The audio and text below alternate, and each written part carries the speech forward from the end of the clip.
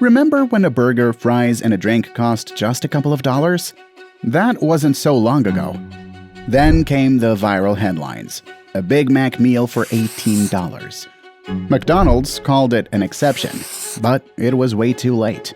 It struck a nerve because people already feel fast food has gotten way too expensive. Sure, you could blame inflation, and you'd be right, but that's only the tip of the iceberg. The real reasons go much deeper. For decades, fast food was considered recession-proof. No matter the crisis, people still lined up for a quick and affordable meal. But what if that's no longer true? And here's the twist. Fast food isn't even that fast anymore. In the 1950s, service times were actually much quicker than they are today. When you see these numbers later in the video, it will make you rethink what fast food really means. Okay, so before we get into how fast food turned into a pricey experience, there's something important you should know. Fast food locations used to be fun. That's no longer the case. Walk into almost any chain today, and you'll see the same bland box-like buildings with nothing to set them apart. The main reason is that kids are no longer the primary focus of the business.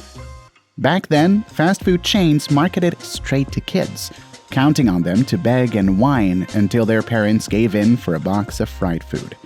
But tighter rules on advertising for kids, along with a cultural shift against loading children with junk food, have made that playbook a lot less effective today.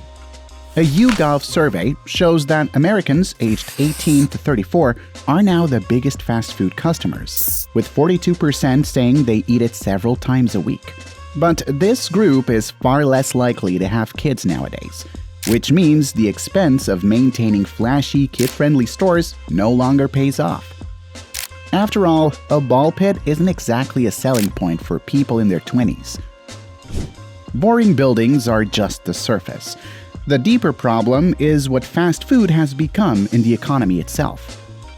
McDonald's and other chains were often thought to be recession-proof. Investors treated it like a safe bet, reasoning that no matter how bad the economy got, people would still go there for a cheap meal. But that logic falls apart today, because fast food just isn't cheap anymore.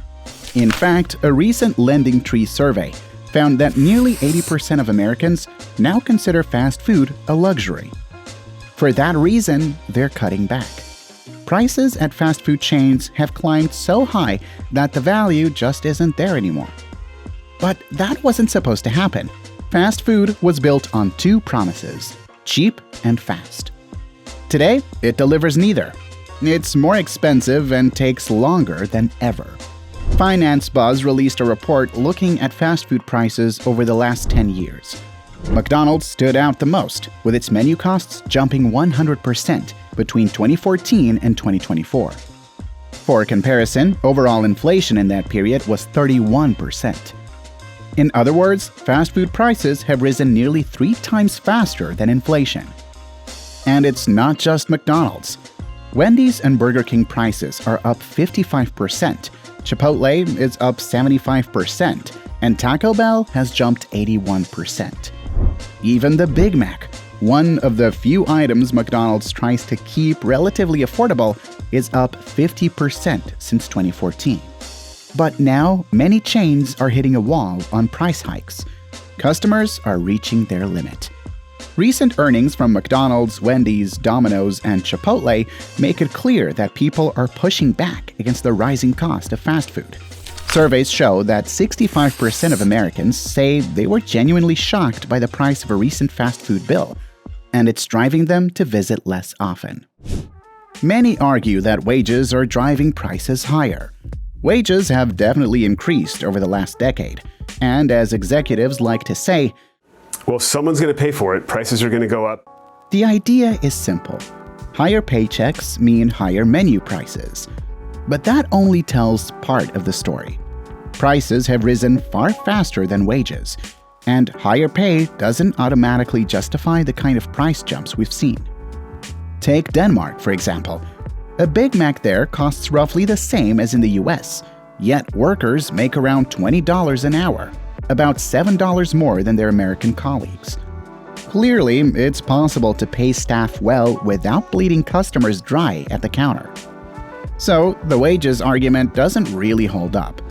In fact, higher pay should, at least in theory, boost efficiency by keeping employees motivated, not drag it down. And that points to a much deeper issue. The Economic Policy Institute reported that during the pandemic recovery, corporate profits made up more than 40% of price increases across industries. That's a deeper systemic issue, and one that CEOs prefer not to discuss, since it points directly at them. We've watched executives caught in scandals over tax avoidance, ripping off their own companies, and shifting blame onto inflation and wages, all while profit margins at the biggest chains have actually expanded. McDonald's operating margin hit nearly 46% in 2023, up from 41% in 2019. Its net profit margin also jumped, rising from 28% before the pandemic to 33% in 2023. That's far from struggling. That's thriving. Chipotle has increased prices 6 times since 2021, pushing revenues to record highs and making margins stronger than ever. At the same time, the CEO pulled in $22.4 million in 2023, more than 1,350 times what the average Chipotle employee makes. Yum Brands, which owns Taco Bell, KFC, and Pizza Hut, also saw revenues climb 35% above pre-pandemic levels, and then approved a $2 billion stock buyback. And that obsession with profits isn't only reflected in menu prices. It also comes from another source: the land itself. Beyond fast food and labor, the real estate these restaurants occupy is both the biggest expense for most locations and one of their most valuable assets. Ray Kroc, the man who turned McDonald's into a global empire, realized early on that he wasn't really in the burger business at all, but in the real estate business. And that logic still holds up today. For most fast food locations, the real money comes from commercial property. The restaurant sitting on the lot is essentially just a tenant generating cash flow. Whether it's a Wendy's or a McDonald's doesn't make much difference. Those brightly painted restaurants with ball pits were never easy to rent or sell. That's another reason, on top of what we've discussed earlier, why modern locations are built to look so plain and uniform. It lowers construction costs and avoids the risk of being left with a quirky building no one else wants if a franchise moves out. From a real estate angle, it makes sense. But for customers, it shows yet again how the soul of fast food has been hollowed out. When the priority is steady rental income, things like pricing, speed, and the overall experience start to matter less. Which raises the question, what happens when customers have less to spend? In past downturns, fast food usually came out ahead. People went out less often, but they didn't stop completely. They simply traded sit-down diners for cheap combo meals. The dollar menu was always the safety net. This time, it should have played out the same way, with mass layoffs, student loan payments kicking back in, and consumer debt hitting record highs. Fast food should have been perfectly positioned to win over customers chasing the best deal, the most calories for the fewest dollars. Big chains had the perfect chance, but they went in the wrong direction, raising prices, slowing service, and becoming less dependable. And customers have noticed. Instead of downgrading to fast food as a budget option, many are opting out completely, buying groceries, cooking at home, or even skipping meals when money runs short. It might be funny if it weren't playing out at some of the country's biggest employers. Executives may brush it off as temporary setback, but the so-called McRecession is more than a string of bad decisions. It's a symptom of much larger cracks in the economy. Even if the official data doesn't call it a recession yet, consumer behavior shows people are already living like it is.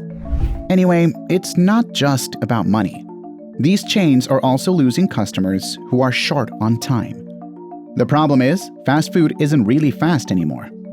Wait times have gotten noticeably longer, And unless you're willing to pay extra for delivery, it can be quicker to just cook something yourself at home. In the 1950s, the average wait for a McDonald's order was about 30 seconds. Fast forward to 2025, and it's closer to 4 or 5 minutes. That's 8 to 10 times longer than what your grandparents experienced. And now the food costs more and arguably tastes worse. Why? One reason is that bigger menus make it harder to prep food ahead of time. Another is record high turnover. Employees don't see these jobs as worth sticking around for. Today, minimum wage workers have plenty of alternatives. Driving for delivery apps, gig work, almost anything that feels better than sweating in a kitchen under a boss on a power trip. So, where does that leave us today? The decline has become impossible to ignore, and the numbers show it. McDonald's has posted disappointing earnings for more than a year, with sales slipping quarter after quarter. In the first quarter of 2025, sales fell 3.6%, their sharpest drop so far. At this point, the path forward isn't great. They can lean harder on real estate income while food sales keep sliding, or they can try to win back customers by going back to the basics that made fast food popular in the first place. Either choice comes with risk, and for once, it's the executives who will have to deal with the fallout. Are higher fast food prices simply the price of doing business? That's a tough sell when profits have been soaring over the last 5 years. To a lot of people, it doesn't look like survival. It looks like corporate greed dressed up with excuses. For customers, it's not only about paying more. It also means slower service and weaker quality. Because in the end, what really comes first is endless growth and shareholder payouts, not the people buying the food, making it, or supplying it. Rising living costs, economic uncertainty, and even growing anti-American sentiment are taking a toll on U.S. brands like McDonald's, KFC, and Starbucks. Surveys show more people turning away from these chains and choosing local options instead. It's a major shift in consumer habits, and it's hitting right when these companies can least afford it. Thanks for watching. Fast food was never supposed to be a luxury, and yet, here we are, debating $18 Big Macs. What do you think, though? Is fast food officially over, or can it still make a comeback? Let me know in the comment section down below, and we'll see you guys in the next video.